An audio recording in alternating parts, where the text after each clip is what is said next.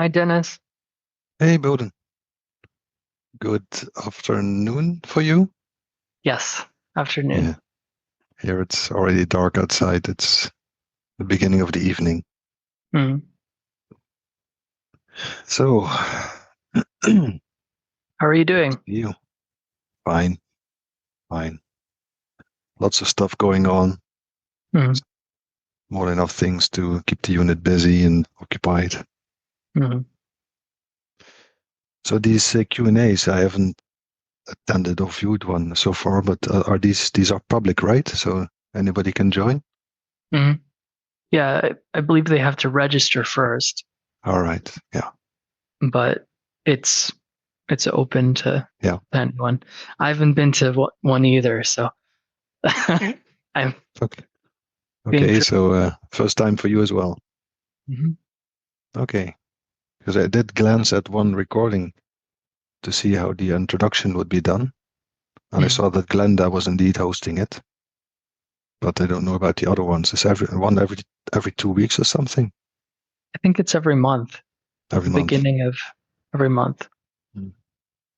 and it's primarily Glenda that's hosting it. She's just sick. Again? Okay. Yeah, I think the COVID morphed into bronchitis. That's something that I've heard happens a lot. Okay. Yeah. Yeah. Well, how will the people get the link to join? They will get it from Zenler? I think so, yes. Okay. You spend a lot of time in the teaching? Could you repeat that, please? You spend a lot of time with the teaching. Mm-hmm. Yeah. Yeah, it's I mean, I've been working with Fred since 2020 in one way or another. And just over the past year or so, it's been more actually in the mix. So Yeah. hi Neo. Hi, Neil. Welcome. Hi, Bo. Hi, Dennis. Nice to see you. I saw you in Satsang on Sunday as well, Neil. Hi Ian. Hey, I'm here. Hey, everybody. Hi, Hey. Ian. I need one of those headsets like you two guys have got. You look like nightclub bouncers for me. Didn't you have one? No, I'm not. I'm not on that level yet. I need to up my game and get one of those. I'm just using these old things that God gave me. I must say that for one that doesn't use a headset, your audio is pretty good. Yeah. That's God's on my side. That's what I like. I think you two have got hearing problems. That's why. That's the way I see it. That's very convenient. Yeah, it is very good. Just wait a couple of minutes. I was a bit confused, Dennis, as to who was doing what. I know that Louise had told me you guys would be here, but Glenda's not well. She's not well at all. I spoke to her last night. She's has a quite deep chest infection. She was coughing quite a lot. She's not dying though. She was never born, so she's not going anywhere. Dennis, are you the one who's sending the satsang video emails? Yes, Sometimes. yes, Yeah, sometimes. Nice meeting you. Nice meeting you too. I saw you in Satsang last Sunday as well. Did you attend more times, or are you new in the club? Newish. Newish. Yeah. Okay.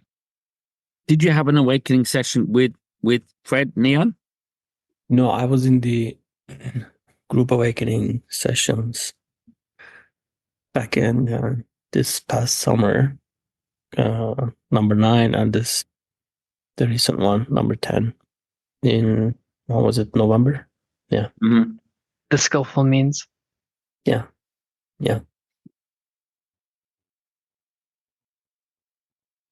I have no idea how many people registered for this session, so I don't really know if there's any point to waiting. There were quite a few. Louise told me there were 18 as of, and normally about 50% arrive. So I would have been expecting about 9 to 10. Mm-hmm.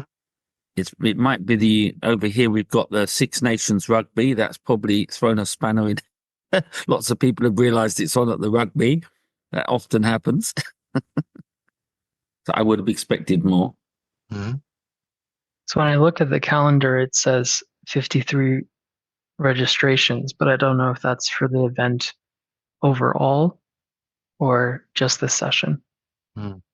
Yeah, I'm not too sure how that numbers up. I think it might just be us four guys. Very cool.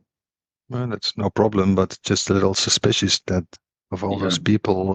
So I'm just wondering if something went wrong, or I was asking, I would just. how do the people receive the link? Does Zenlor do that? I'll just check in with Louise now on the phone. 1 second. I'll just mute. 1 second. There was 2 emails. One of them was sent an hour ago, and then the last one was Oh yeah. So you received an invitation by email. 2 of them. Okay. So an hour ago, and Louis sent one last email 10 minutes ago. Yeah, it might just be that people are busy or going to arrive a little bit late. Neo, so where are you located? I live in Iowa. In Iowa, wow. Yeah, originally Turkish. Oh, cool. Mm-hmm. What brought you to Iowa? This consciousness business.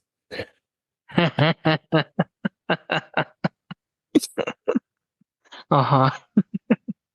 Yeah, there's a university here. You may have heard of it, Maharishi University. The TM, Transcendental Meditation. Oh, People. I see. Uh-huh. Yeah. Yeah. From the guy that brought TM to the US? Yeah. Mm-hmm. Mm-hmm. Yeah, I came to study first, and then now I'm working at the university for now. Nice. Yeah. What do you do for work? We're doing brainwave EEG research, how meditation affects the brain. That's very cool. Yeah, it sounds cool, but it's been too long for me. It's time to move on to something new, something different, something more inspiring. Yeah. So you do this. Do you also practice this transcendental meditation? Not so much. No. Not to the degree that I'm supposed to, according to. Wow. Here it's kind of a, you have to be meditating. But I'm more independent. I don't subscribe to all of their, ideas or ideals. Yeah. I believe transcendental meditation is basically focusing on emptiness and not doing anything, and total emptiness. Not right? Yeah. Sense of being. What as Fred would say, probably. Fred. Yeah, Fred would call it probably the sense of being. Oh yeah. Just focusing on that sense of existence. Right. Yes. There is this professor that I'm working with. His name is also Fred. So for a moment, I thought. Okay. How long have you guys been studying or learning, Fred? I have to check. I don't know. Like you, I started in one of those group awakening sessions. I think I was in the second one that was given. Just see if I can. Sorry, guys, still nothing yet. I'll be back to you soon. I don't know why there's no one else there. Looks like somewhere in 21. I thought it was longer. Mm-hmm. Yeah, I've been in some way or another involved in Fred's teaching since 2020.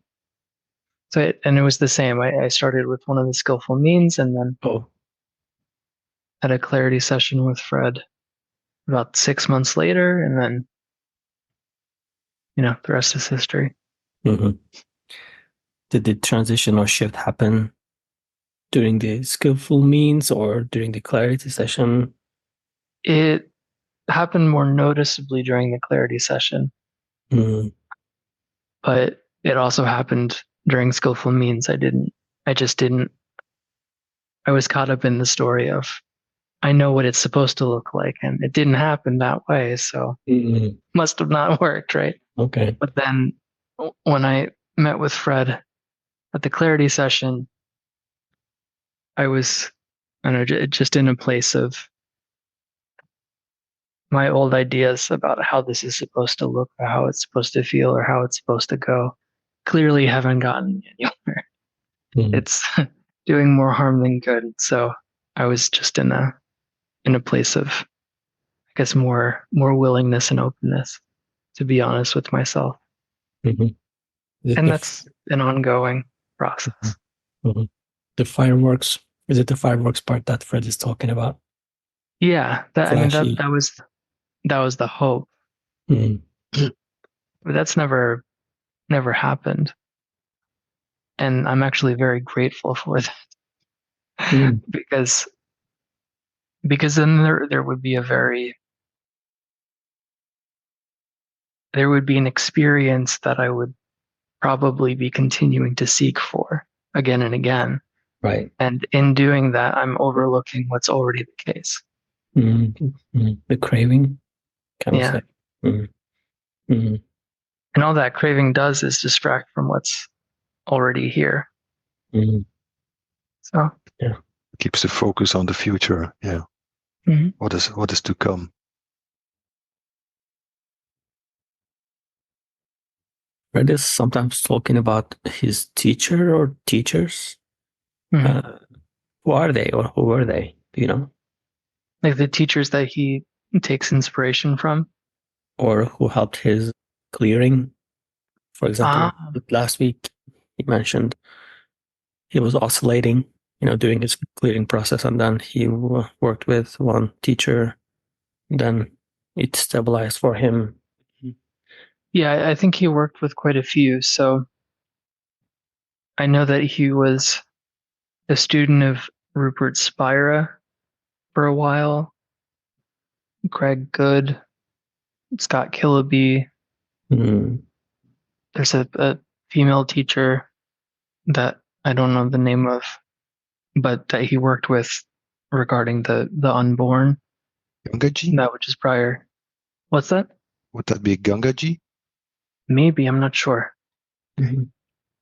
I think I remember him saying the name of this teacher a while ago. Maybe it was in an interview that I heard, and I wasn't familiar with the person, so I don't know that it was someone well known, which, given that insight, is probably not surprising.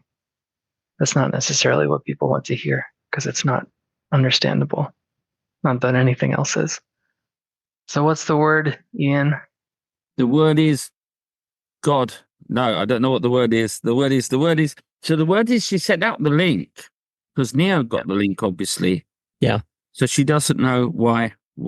She's just checking into it, see if she'll come back with anything. But there's looks like it's just us to enjoy ourselves. That's what it looks like.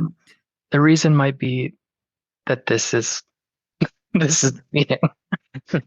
And it's not that anything's wrong. It's just this is what it is. I have a question. Yeah, go for it. So there's this camera example. So the camera just is not the one when I pointed to an object. The camera doesn't see the object, but the camera thinks, or may think, it's seeing the object. Let's say the camera also moves, and then the camera may think or will think, well, I'm doing the moving, this sense of self or the sense of agency. So if that's the case, if it applies to the imaginary character here, and if I'm thinking, well, I'm doing the talking, I'm doing the walking, if it's already happening, and that means the thoughts are appearing in the mind after the action happens. And that, I don't know if that logic it's a little weird question, but when I think about it, it's confusing me. I'm not sure I understand the question. Yeah.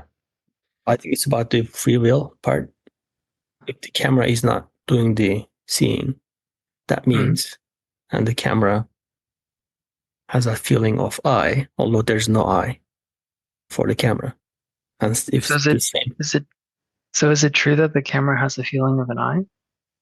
In that example, if I have this feeling of this imaginary character, So the who camera has doesn't that have feeling? that. Who has that feeling? In the case of the imaginary character, for an unawakened person, so that an imaginary character is thinking, "I'm the doer. I'm the doer," but that means it's like a puppet. It's not doing the action. The action is already happening, but the puppet is thinking. It's doing it because the thoughts are feeding the mind, appearing in the mind. It's, I am doing it. But that means the thoughts should be happening after the action is happening to validate, to take the ownership of that action. My question is can a puppet think?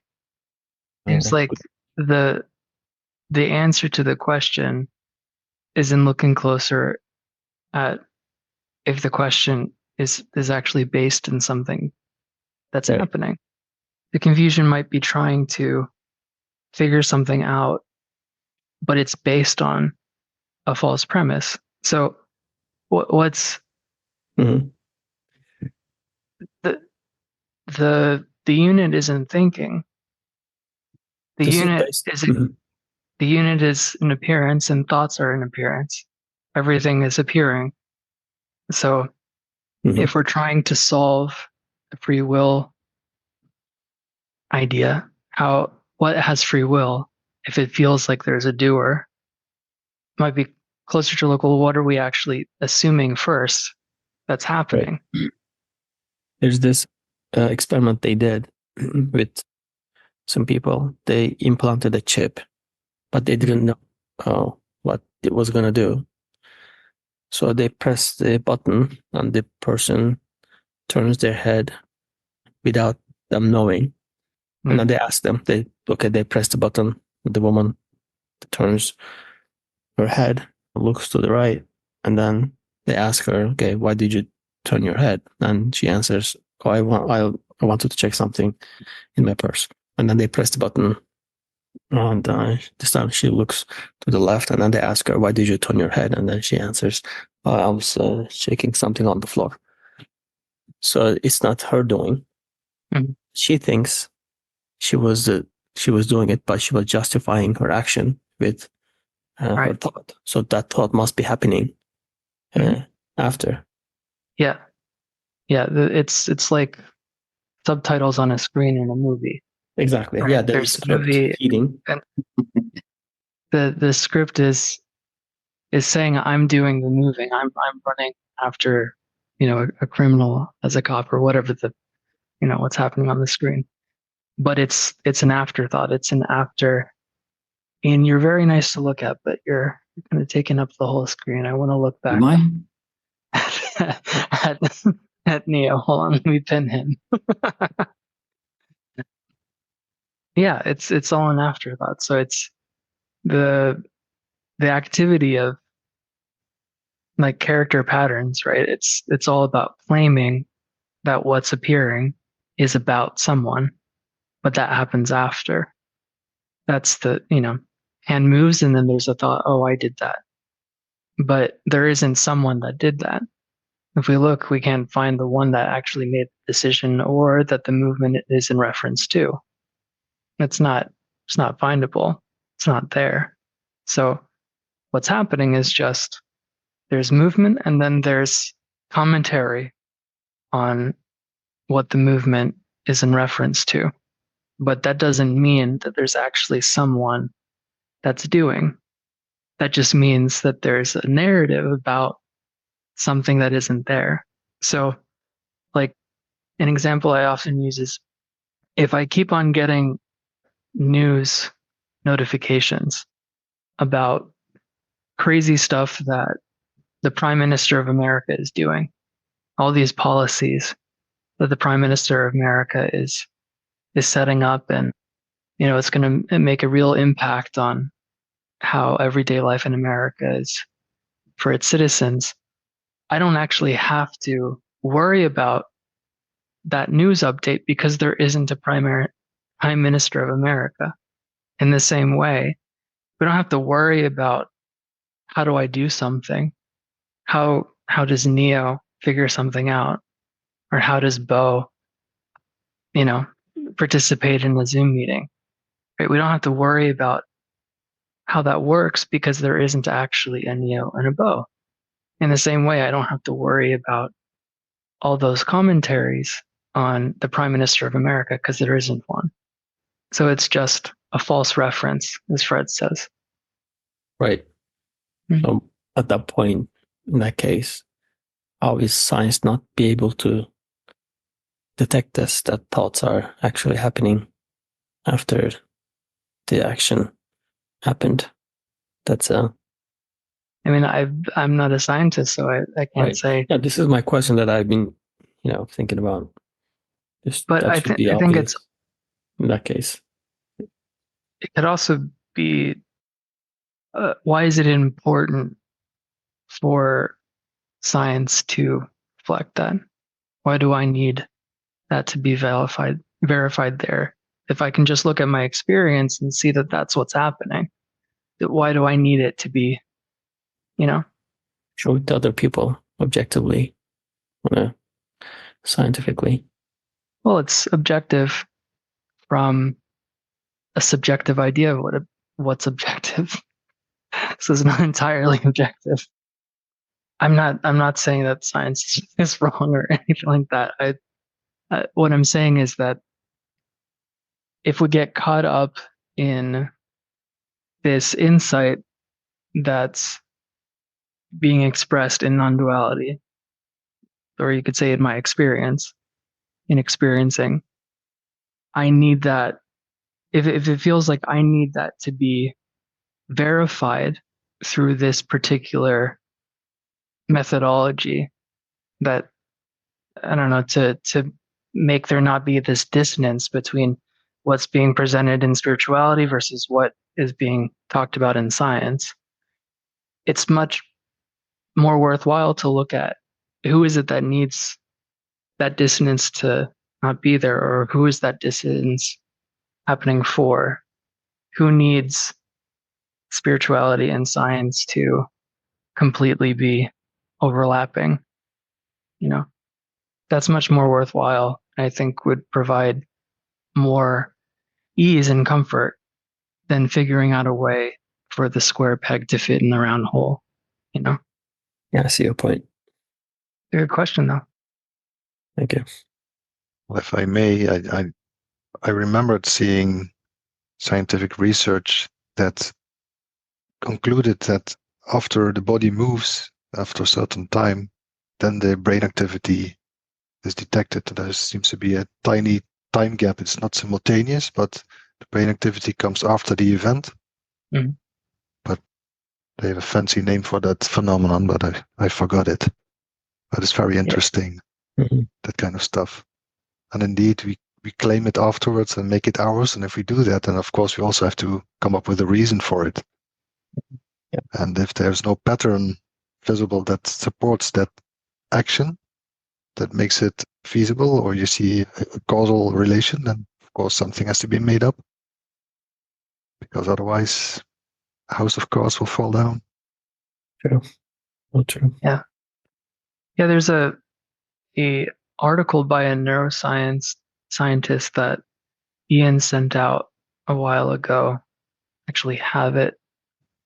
I can send to you, that talks about how no self is actually verified through neuroscientific research.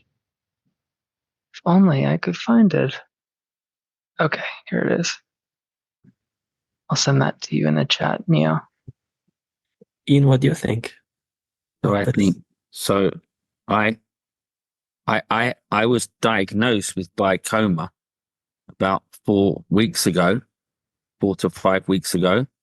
And the girl that sent me that neuroscience document there, she I went twice to my opticians, who have a lot of equipment. They're probably the best equipped people in London. He sent me to an ophthalmic surgeon who confirmed the diagnosis. My friend Jackie, who sent me this, whose passion in life, she's a scientist who works on reprogramming the subconscious reaction, the response mechanism that the organism has. The body has a response mechanism. So she told me, don't worry, I'll sort that out. Come and see me. So I drove to Luton. She spent 3 hours with me, and she did lots of things on my eyes. So she opened up my learning modality. She got me to see from the back of my head, and I could see the inside of my eyeballs from where I was looking. And she told me the body's not seeing. Seeing's happening, and it appears to be going through the body because the light comes in through the eyes that reflects out to tell you, with the conditioning of your personality, upbringing, etc., what to see. It tells you what to see, and that's why it's simultaneous. And in that creation, the mind creates a model. The model doesn't have to be accurate. It just needs to be a model so that the physiologically can navigate the world without getting run over, or can respond or defend itself. So the model could be like, for example, if you're chopping wood, the axe doesn't need to be really sharp. It just needs to be enough to break the wood. So it doesn't need to be the right model, but this model is changing every milliseconds as the brain is generating a new model of a body to navigate in the world. So anyhow, we do some crazy experiments, what I thought were crazy experiments on the screen. I go back to the optician last Thursday, and after another 2 or 3 hours on specialist machines, he's tapping his pen on the table, and he asked me, am I okay? And I said, yeah, I'm fine. He said, because I don't quite know how to tell you this. He said, but something really amazing's happened to your eyes. He said, your pressures are back normal. Your retinal thickness is back to normal. Your peripheral vision is that of a 35-year-old, and your eyesight's improved. He said, I've never seen it. He's 62 years old. I've said, I've never seen anything like this. And he showed, because I've been mapping it for years on the trajectory of certain things, and he showed me the spikes since my last visit when he diagnosed me with glaucoma. He said, I'd never in a million years say now that you were anywhere near glaucoma as a patient. So I explained to him about this girl, Jackie, and the reprogramming and the body's a model that's just a produced model out of what needs to be. So they're going to have some conversations around it. But it's probably the most amazing thing that I've gone through in a week is that transformation, where he was completely lost for words. He'd never seen it in all his medical history that someone with glaucoma in 3 weeks came back and it was just disappeared. So when I called her up and said, hey, Jack, I've got something really exciting, she said, yeah, the guy told you your glaucoma's gone, right? And I said, yeah, how do you know? He said, yeah, because I know. Then she showed me a video of a guy with cerebral palsy who she got to move his hands and fingers by retraining the automatic response system. It's just absolutely mind-blowing. I only went to her first of all about my sugar addiction, and I've sent lots of people there to her, but she's more of a scientist doing testing. But this one with the glaucoma was, I was looking forward to surgery and possible blindness, and the optician can't find any. I went to him twice and to a specialist in central London. They all concurred that it was all downhill for my sight from here on in. And yet I went back Thursday and he has no explanation whatsoever, which just shows me that when we look for a scientific response, it's like he doesn't even know how she did that. I don't even know if she does, but what she did tell me was the body knows how to grow eyesight cells. It already knows it. It must do, because it grew in the womb. And it grew from a birth to an 18, 20-year-old. And at some point, because when I went in to see her, first of all, her first question was, do you believe that the body ages and decays as it gets older? I said, yeah, of course. Okay, we need to deal with that first. So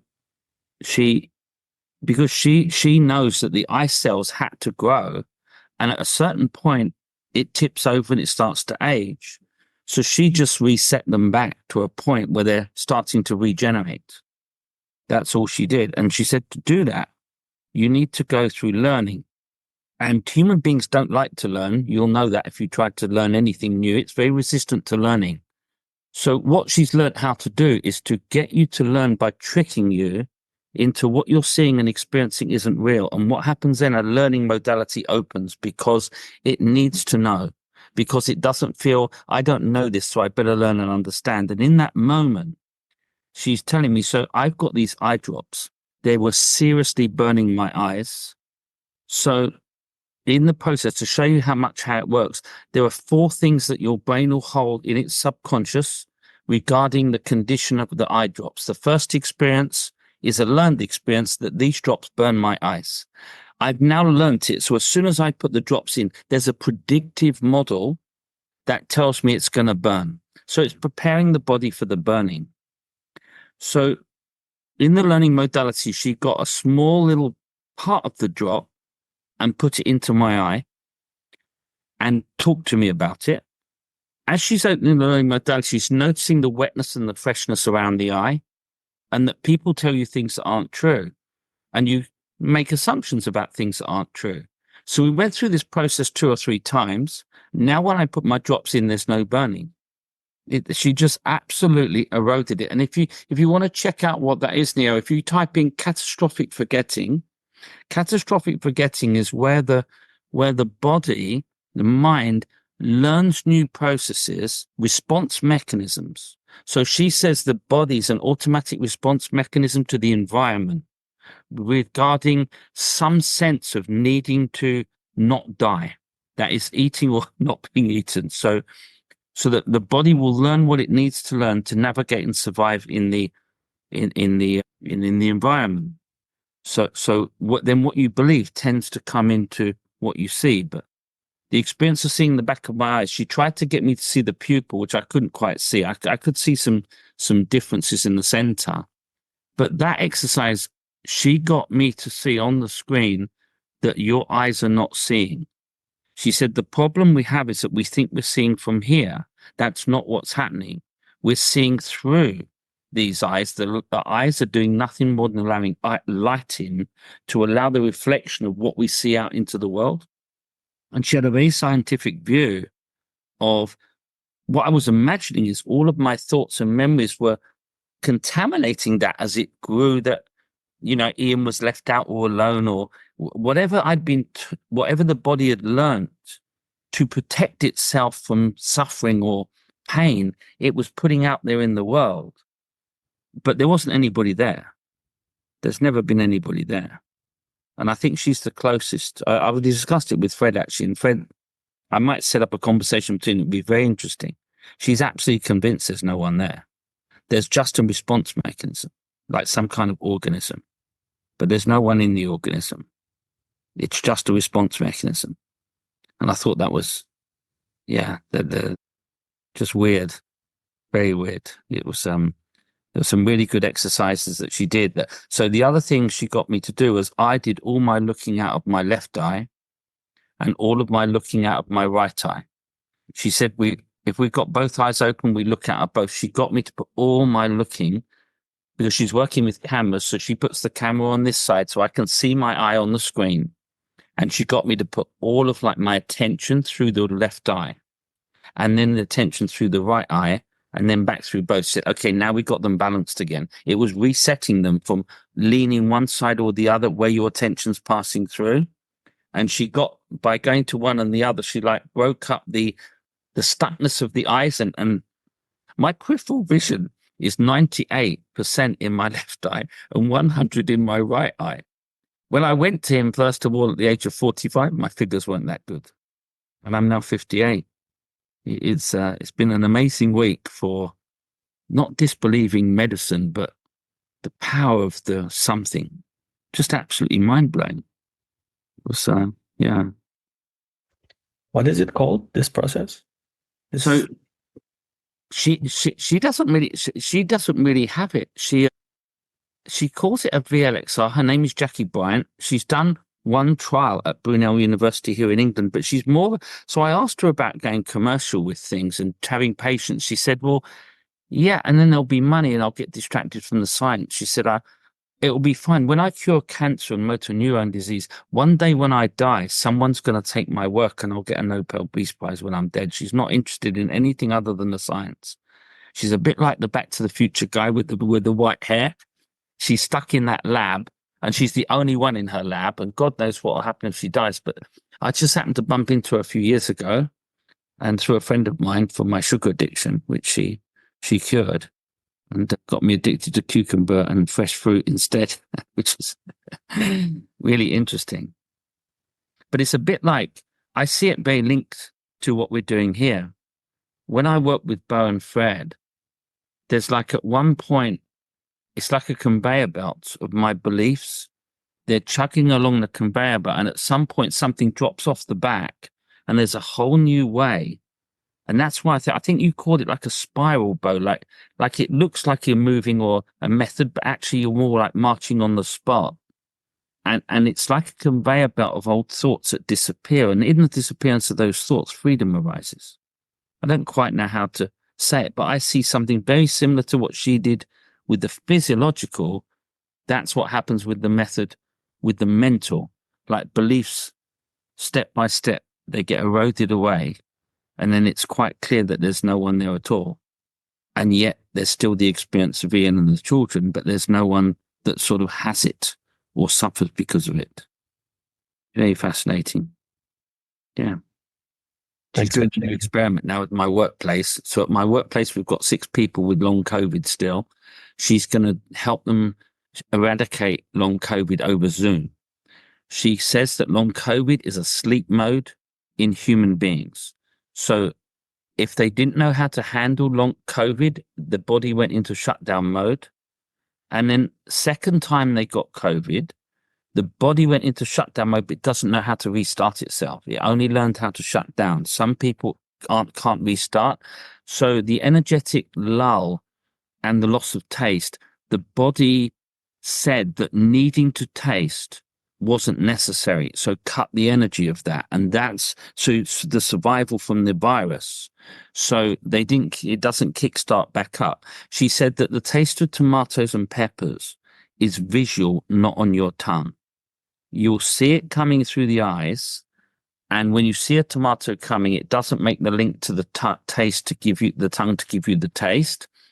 And when she reprograms, the first thing you taste is horrible because there's no connection with the original taste of tomato.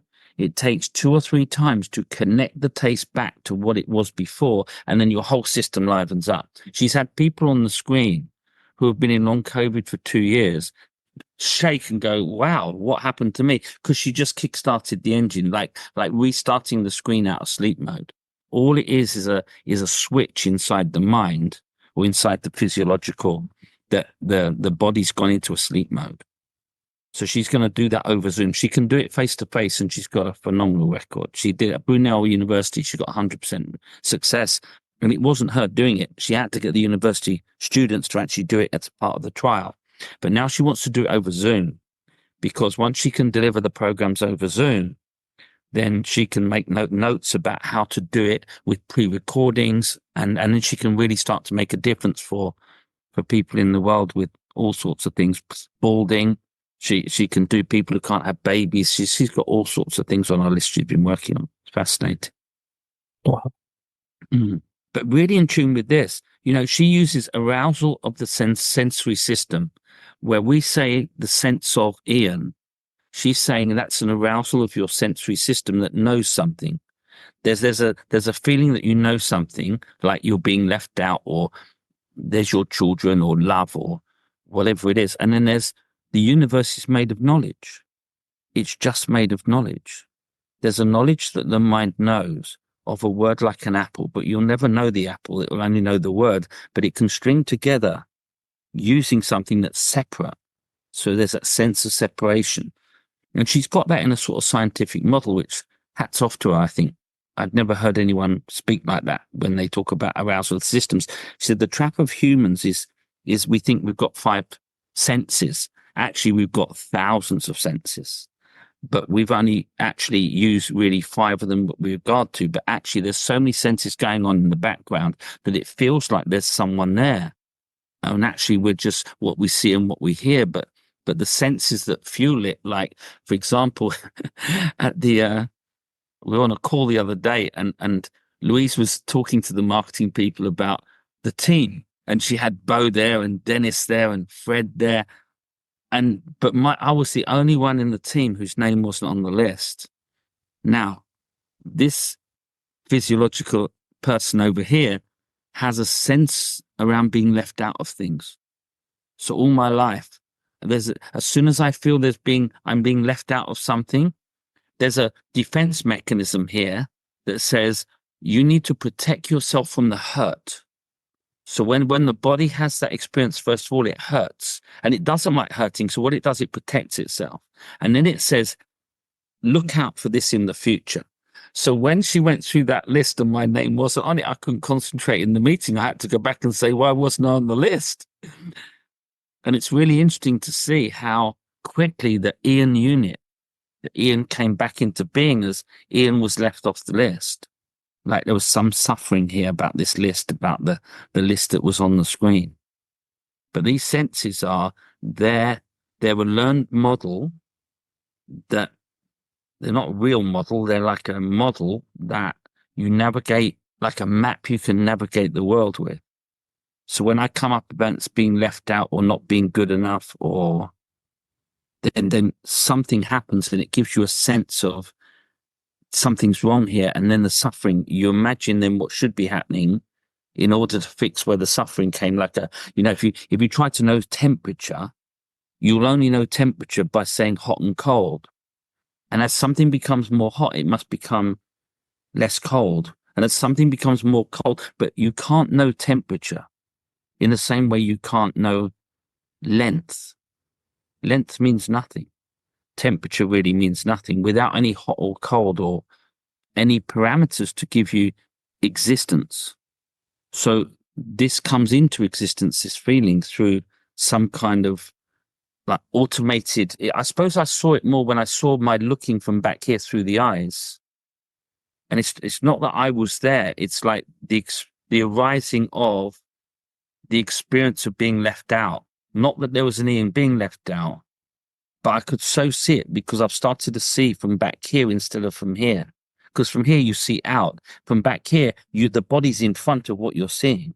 It's like when you talked about the camera earlier, I actually got back to what you were saying. They're going, well, yeah, I can so get that these eyes are nothing more than like the light portals to a camera. But to see the back of my eyeball look like Fred's bubble of self-reflection, that sort of, because she asked me, what do you see? And I said, I see all sort of like glittery, colory, blurry, glassy things. And she said, oh, that's the back of your eyeball. Because the light comes in through the center and it shines back out. It was, it changed my whole perspective on sight and experience. Wow. Now I can fix the word of glaucoma. I tell you what, baldness for men, £25 a month. Guaranteed me, she said, I guarantee I can get people's hair growing easily. But why do I waste my time doing that when people are dying of motor neuron disease? I said, because we can get £25 million a week by putting £25, and she's just not interested. But yeah, she's aging, turning back time, healing organs that have decayed. It's all possible. It's all possible by programming reprogramming. Basically, I'll tell you what it is, Bo. It's the beliefs. She's changing beliefs using the learning, overwriting beliefs. And what Fred's doing in the teaching is there's no Ian suffering. And once that's learned, that, wow, it's like a learning, but it comes from a different place. The insight model, I think Bo would say, when you have an insight, you learn something new that wasn't known. And in a way, you're not learning something new. You're getting rid of something that was false. Yeah, I wouldn't say that you're learning something. You're unlearning something. Unlearning something. So when you were talking earlier, I forget what exactly you were saying, but it's not that insight is gained. Insight is the absence of a belief that's held on to or fixated on. So it's like you don't actually have to do anything to see that the eye isn't seeing. You just have to look closer at that belief. In the same way, you don't have to do anything to see that the body's not what's experiencing. You just look closer at that belief and see that it's the basis of it is untrue. That's what I was saying about a puppet can't think. Like the tension or the discomfort, the confusion around that idea of doership is resolved not in by understanding something through a spiritual framework, but by seeing that the premise itself is what's leading to the confusion and believing that the premise is true. That this is how things work. And given that this is how things work, how can this be true? But seeing that that's not actually how things work is all that needs to be done. In the same way of how do I wake up?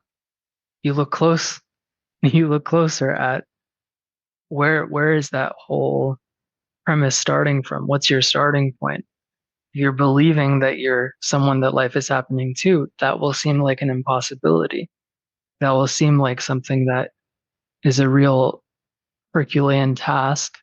And then you go on this hero's journey of somebody that's on the path of awakening, and eventually they'll, just be swimming in bliss or whatever the idea is.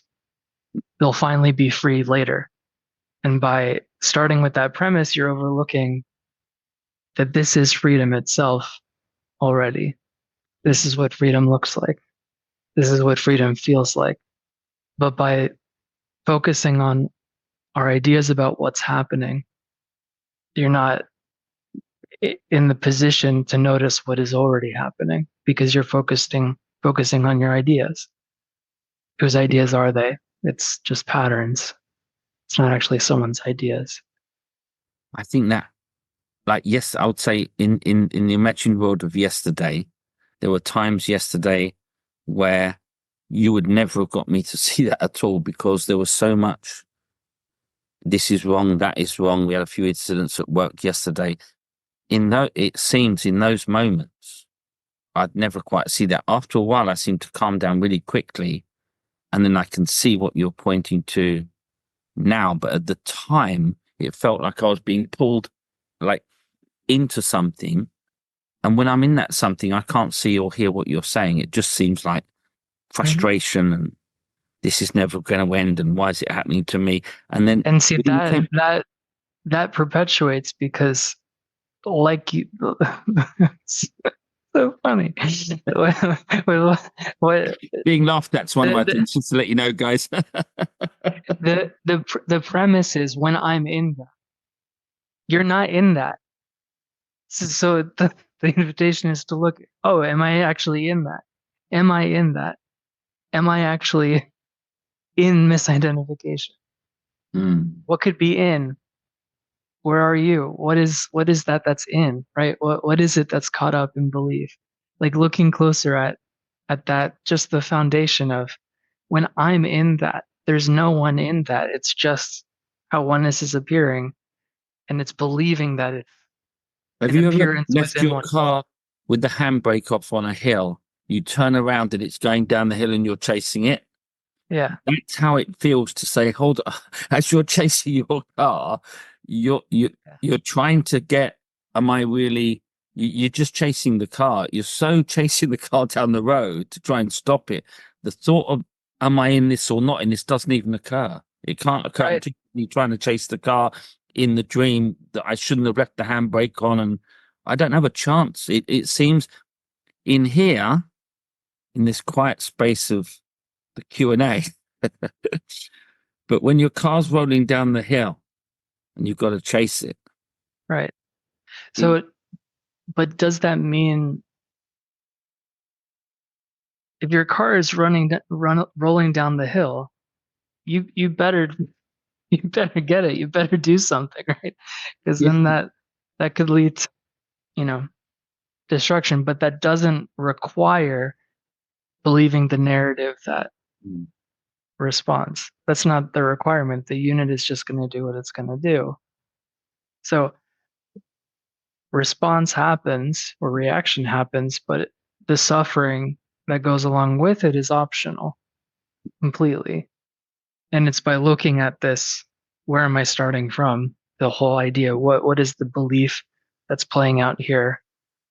Because Fred and Betsy said the other day, they said that whenever there seems to be some Fred or Betsy sharp, they just don't say anything to each other, and 15 minutes later it's all past. Now I'm thinking that's not a bad model.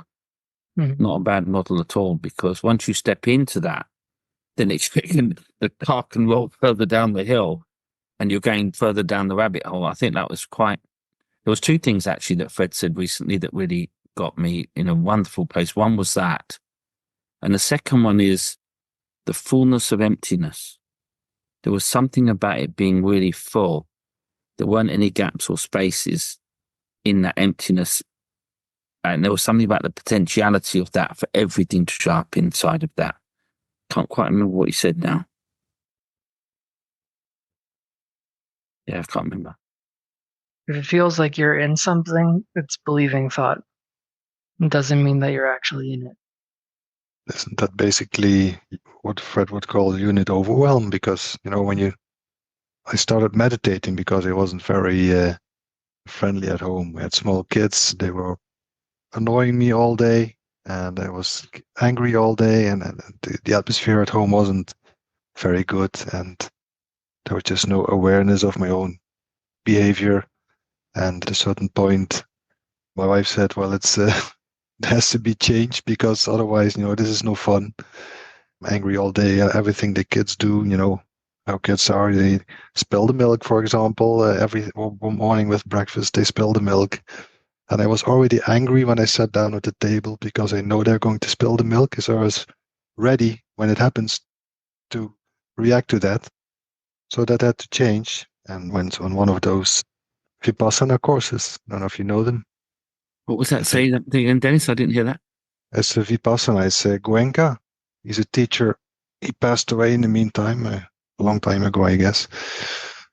But it's a very rigid retreat, 10 days of noble silence and 100 hours of meditation. But it's not about that course. It's about, you start developing a muscle, because you meditate and you start observing yourself. And in the beginning, it's only on the cushion that this observing is there. But later on, it starts to translate into daily life as well.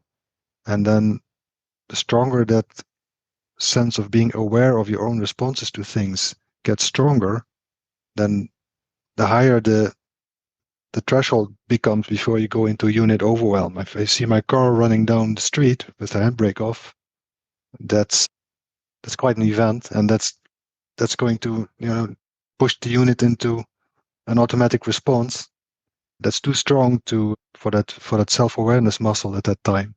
But I think it's possible to, even in that moment, the unit is going to react the exact same way and is going to chase the car, but there won't be the real stress at that moment. So I think that's possible, but it's just that depends on how high that threshold is before you go into unit overwhelm. Same goes for trauma or grief, everything that happens in human life. If it exceeds the threshold, then you're going to go into unit overwhelm, and it will feel like you're in it, but in reality that's not possible, but it's going to feel that way. That's what I guess that's what Fred also calls oscillating. And by the way, the behavior did improve, so I'm still with my wife. That's good. This was a long time ago, and I don't meditate as much anymore. Basically, partly because of Fred, because it's become very obvious that it has its benefits, but it wasn't going to yield the result that I was hoping, like this, explosive awakening. Afterwards, going to be floating around on a cloud of bliss, making everyone around me jealous, and of course me very special. So Fred helped me get rid of that image and get the focus back onto what's here right now. And that's probably one of the biggest takeaways, not focusing on anything that's never going to happen anyway. It's possible, but even if it happens, it's not a goal worthy of pursuit, because one of the doesn't things happen. that I think is really worth from what you said there, Dennis, is like the in the lady again with the programming, she has to video her clients at the start to say, for example, I'm a sugar addict, because after 6 weeks, because she's taken away the thought of being a sugar addict, they will be absolutely convinced that they were never a sugar addict. And I think that happens in this teaching. If I went back 2 years to the time I met Fred, I think I've been eroded, that the sense or the sensory's been eroded away. But if you took me back, I probably wouldn't even recognize the person talking or the energy coming off them to now. I think it would be really good to see people on video 2 years ago talking or sharing and see them now. And you'd probably feel something just like what you're saying there, Dennis, about raising the threshold to it, or actually, I think reducing the felt experience or that sort of generated it. And I think that's what I see in this teaching, is why the clearing is so important. It's absolutely critical to have an awakening session and not have the clearing. It fulfills that there's something in the awakening, like what you said, there's going to be petals and you're going to be the special one. But really, all the action happens once the recognition that it's seen or recognized in any glimmer that there's not an Ian, the clearing can start. And it's in that clearing and wearing down of that Ianness less and less and less that gives them more freedom in every area, because they're not gaining anything or learning anything. As both said, it's just more freedom.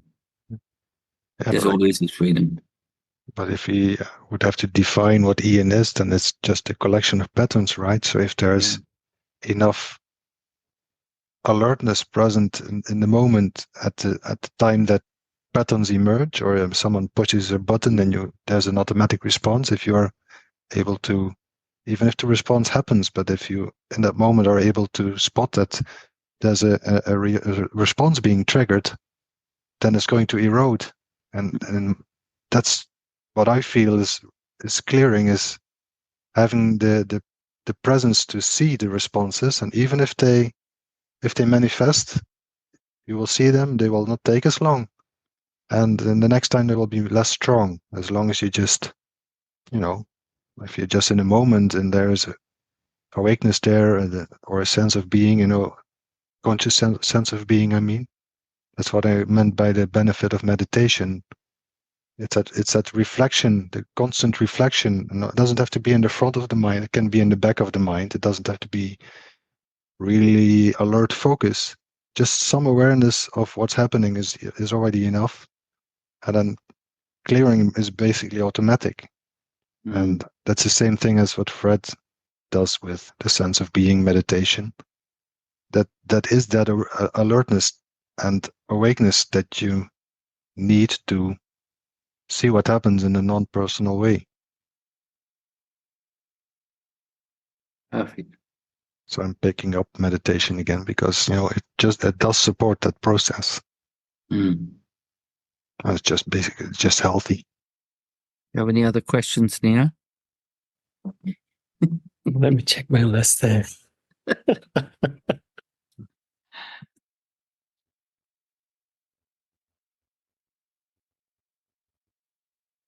Felt it's very quiet in here. This view of Fred's living as true nature, I experience it to be more like this. This is what I had as an expectation of that group, as opposed to the satsangs. More. What did you say, Dennis? You said not triggers. You didn't say triggers. Less noise, I suppose. Less triggers. I can't remember what you said. You said a word. You don't get activated quite so much. I think, automatic response or pressing of a button or just less bouncing around. I would say that this process, this maintaining some sense of awareness of what's going on, supports the clearing process. The other aspect of the well, I don't want to call it a fight, but if there is effort into progressing on the path, so to speak, then there's also this notion of everything that is an experience that has a beginning and a middle and an end is not me. I am that which gives space to everything that is arising. I am that which, it's not completely true, but that with which witnesses everything. And at the same time, the human experience is just all the time there. So there's this contradiction or paradox constantly in consciousness, like this is happening, feels like it's happening to me, but it's not. It's like a movie playing before my eyes, and it's not really touching or affecting me. And that's also something that I've been struggling with for a long time, especially if big things happen in life that are really intense, and then this contradiction or paradox becomes very tough, and you get challenged to try and apply that absolute view of life to apply it to life. But as Fred always says, it's not possible. But it's a very strange place to be, because the unit will try to use it as a coping mechanism. Something bad happens, for example, and you can easily go into, well, it's not me, the person never existed anyway, or it's just a movie, but it's going to interfere with the unit processing what happened and, grieving or whatever is necessary to process that event.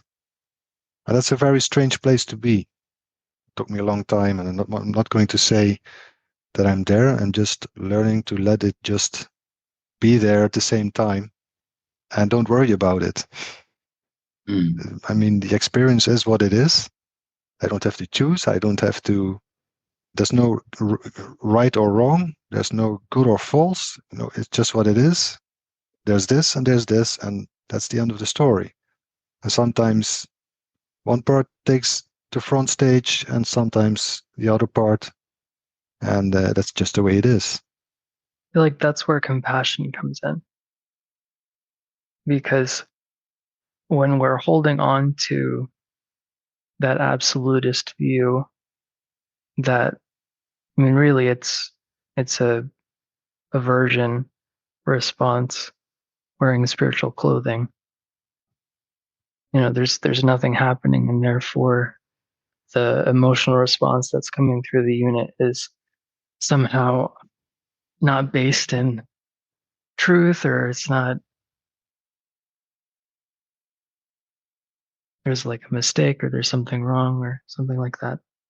And in my experience, what can initially feel like a disconnect between non-dual insight and how relativity is playing out, apparently, that disconnect dissolves when we consciously meet our expression as this from the love that we are. Because given that this isn't happening to or for anyone, and given that whatever is arising can't actually define what we are or touch what we are,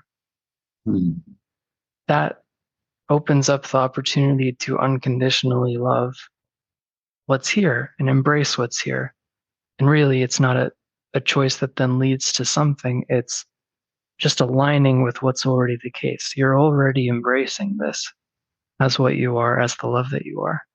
And so if it feels like there's a disconnect, that quality of love is just being overlooked or denied.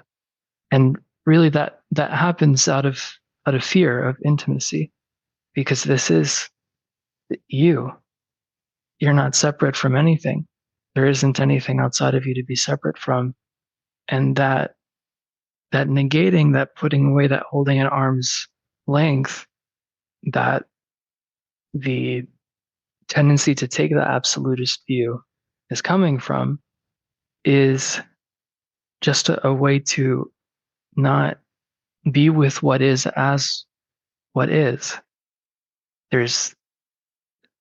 We cope with the absolutist view because the narrative is painful. But if we look closer at what's actually here, nothing in the narrative is actually here. There's just what is. There's just this radiant aliveness. And there isn't anything wrong. There isn't anything broken. There isn't anything missing. There isn't anything that needs to be resolved.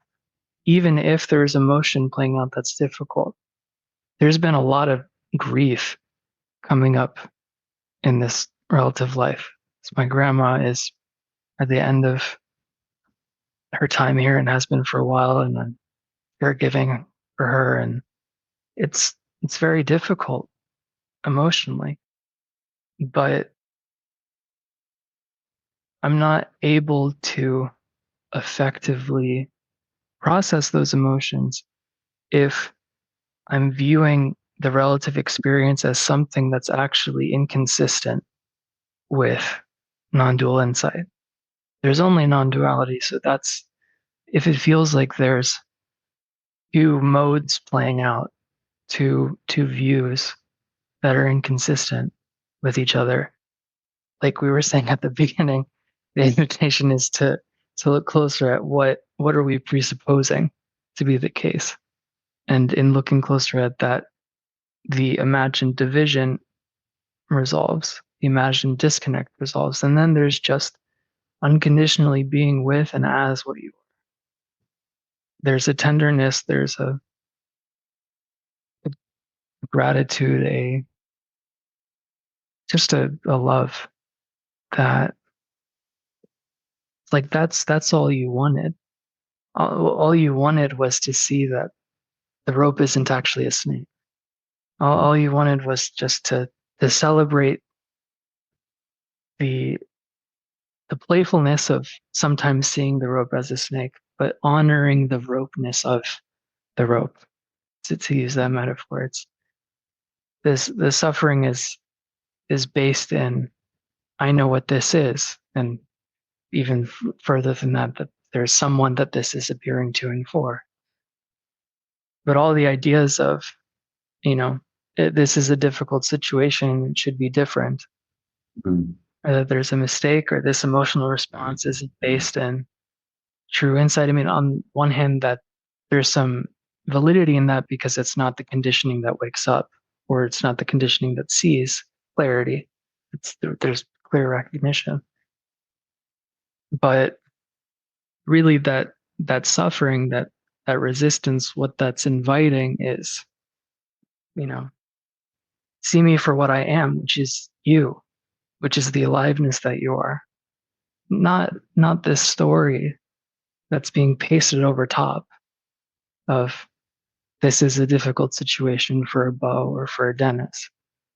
That this is a human life that has all this stuff. Like, those are all ideas and frameworks that we can use as a way of exploring and navigating, and it has practical use. But that difficulty, the suffering, is in that's the alarm clock, as Fred says, of there's a conditioned believing in a story, and the suffering is that it's not actually the believing in the story is what's incongruous with insight. It's not the presence of what's appearing that's incongruous. And that is clear in looking closer at what am I actually believing this to be. And that doesn't mean that grief goes away, or anger goes away, or difficult emotions go away, because that's love too. That's part of the delight of this.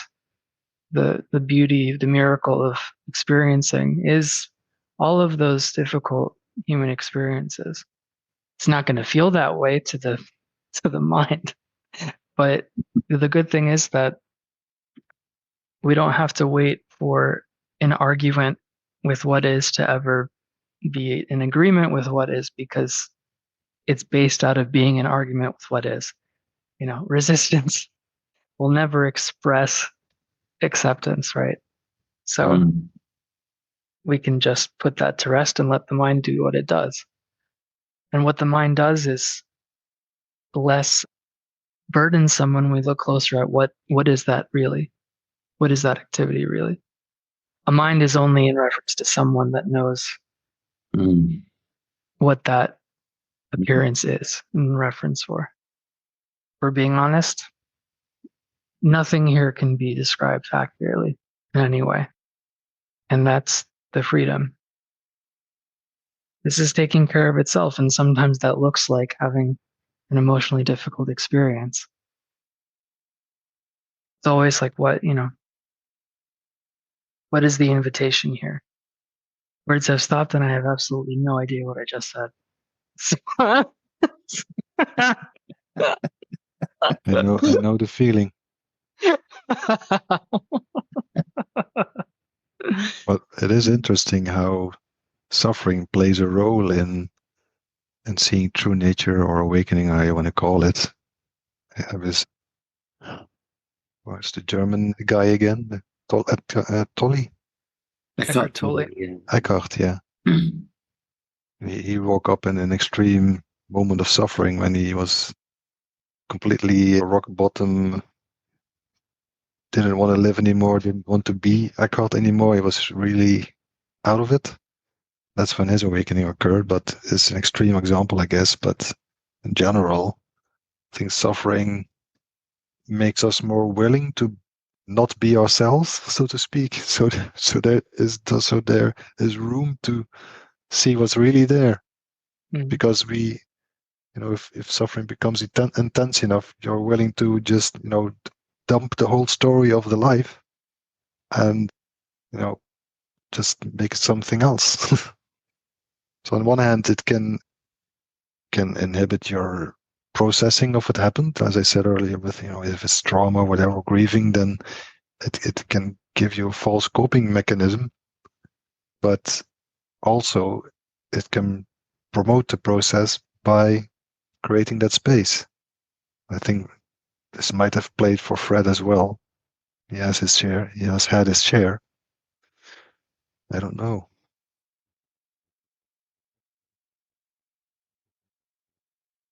Can you think of any other place where people will be comfortable with a silence like this? I love it. I don't know any other place. Since it's a different type of silence, it's not the being quiet silence, it's the silence below all things that's nourishing, I think. You could say it's nourishing or cleansing or something. It's beautiful. Thank you, guys. Yeah, Great session. Thank you. Yeah, I enjoyed it very much. Yeah. Thanks for showing up, Neo. well, thank you guys.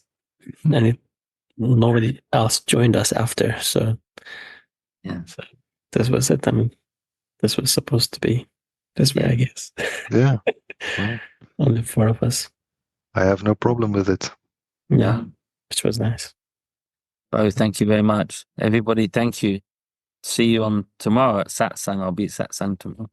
Yeah. Have a great evening, everybody. Take care. Thank you. Take care. Thank you. Bye. Good night. Bye. Good night. Bye, Bo.